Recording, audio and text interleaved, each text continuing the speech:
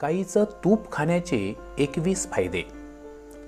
अनेक आयुर्वेदिक औषधं तयार करण्यासाठी गाईचं तूप वापरलं जातं. गाईच्या तुपात vitamin A, D, E, K, calcium मुबलक प्रमाणात असतात. गाईचं तूप खाल्ल्याने वजन नियंत्रणात राहतं. गाईच्या तुपातील ॲमिनो ॲसिड्स वजन कमी करण्यास मदत करतात. गाईचं तूप खाल्ल्याने शरीरातील अशक्तपणा निघून जातो. तुम्हाला सतत थकवा वाटत असेल तर दररोज गाईचं तूप खाणं सुरू करा. गाईच्या तुपात ब्युटेरिक ॲसिड आढळतं, जे आतड्यांना मजबूत बनवतं. तसेच शरीरातील बॅड कोलेस्टेरॉल कमी करतं. परिणामी हृदयाचं आरोग्य चांगलं राहतं.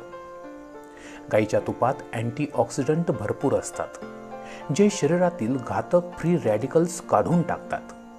त्यामुळे त्वचा चिरतरुण राहते. गाईचं तूप खाल्ल्याने त्वचेतील आर्द्रता टिकून राहते. त्यामुळे त्वचा चमकदार व तुकतुकीत दिसते.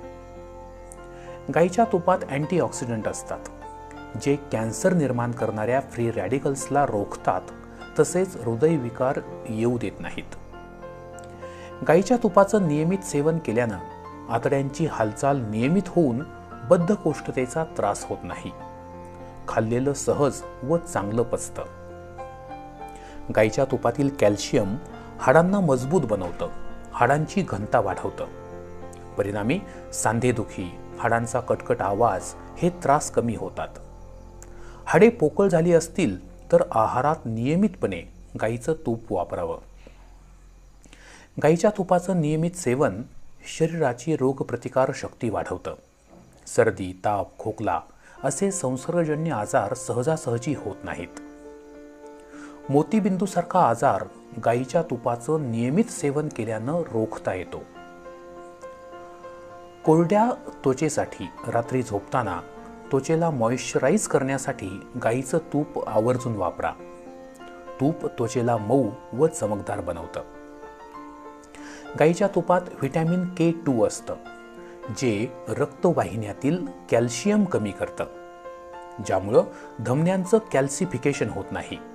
अर्थात धमन्यात कॅल्शियम साठून त्या ताठर व कडक बनत नाहीत. डायबिटीस म्हणजेच मधुमेह झालेल्या व्यक्तींनी गाईच्या तुपाचं सेवन करण्यास हरकत नाही. गाईचं तूप इन्सुलिनचा प्रतिकार कमी करण्यास तसेच वजन नियंत्रित ठेवण्यास मदत करतं. परिणामी मधुमेहापासून बचाव होतो. गाईचं तूप शरीरात अतिरिक्त व अनावश्यक चरबी जमा होऊ देत नाही. बालके व वाढत्या वयाची मुलं यांच्या निरोगी विकासासाठी गाईचं तूप अत्यंत फायदेशीर असतं. गाईचं तूप खाल्ल्याने हाडे, स्नायू, मेंदू आणि दात यांना बळकटी येते. गरोदर महिलांनी गाईचं तूप आवर्जून खावं. गर्भावस्थेत गाईचं तूप खाल्ल्यानं महिलांना चांगलं पोषण मिळतं. गाईच्या तुपातील नैसर्गिक जीवनसत्वे, खनिजे गर्भातील बाळाचा विकास घडवून आणतात. गाईचं तूप गरोदर महिलांनी खाल्ल्यास कमी वजनाचं बाळ जन्मास येत नाही. ऑपरेशन म्हणजेच शस्त्रक्रिया झाल्यानंतर शरीराची झीज भरून काढण्यासाठी आहारात गाईच्या तुपाचा आवर्जून वापर करावा. ऑपरेशनमध्ये शरीराची झालेली हानी तूप खाल्ल्यानं लवकर भरून निघते. मूत्राशयाच्या अनेक आजारात औषधी तयार करताना गाईचं तूप वापरलं जातं. गाईचं तूप नियमित खाल्ल्यानं मेंदूचं कार्य सुरळीत चालतं. गाईचं तूप मेंदूसाठी एखाद्या टॉनिक प्रमाणे काम करतं. कॅन्सर झालेल्या पेशंटला गाईचं तूप खाण्याचा सल्ला अनेक डॉक्टर्स देताना दिसून येतात. पुरुषांमध्ये टेस्टोस्टेरॉनची पातळी वाढवण्यासाठी गाईचं तूप मदत करतं. त्यामुळे पुरुषत्व वाढतं. गाईचं तूप कोणी खाऊ नये?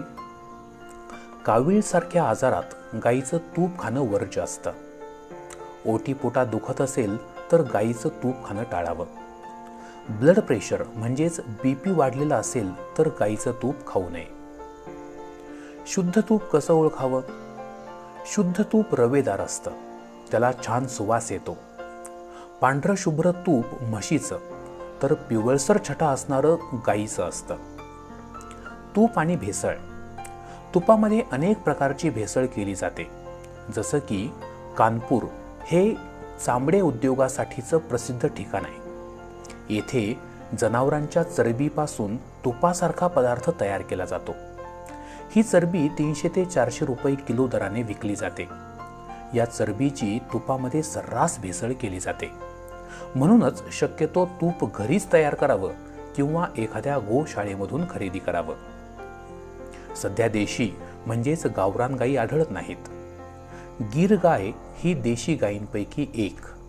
या गायीचं तूप महाग मिळतं, परंतु त्यामध्ये पोषण मूल्य देखील तितकीच जास्त असतात। तर मंडळी, आजची ही माहिती तुम्हाला कशी वाटली कमेंटमध्ये जरूर कळवा। व्हिडिओ आवडला असेल तर लाईक, शेअर व सबस्क्राईब जरूर करा। धन्यवाद।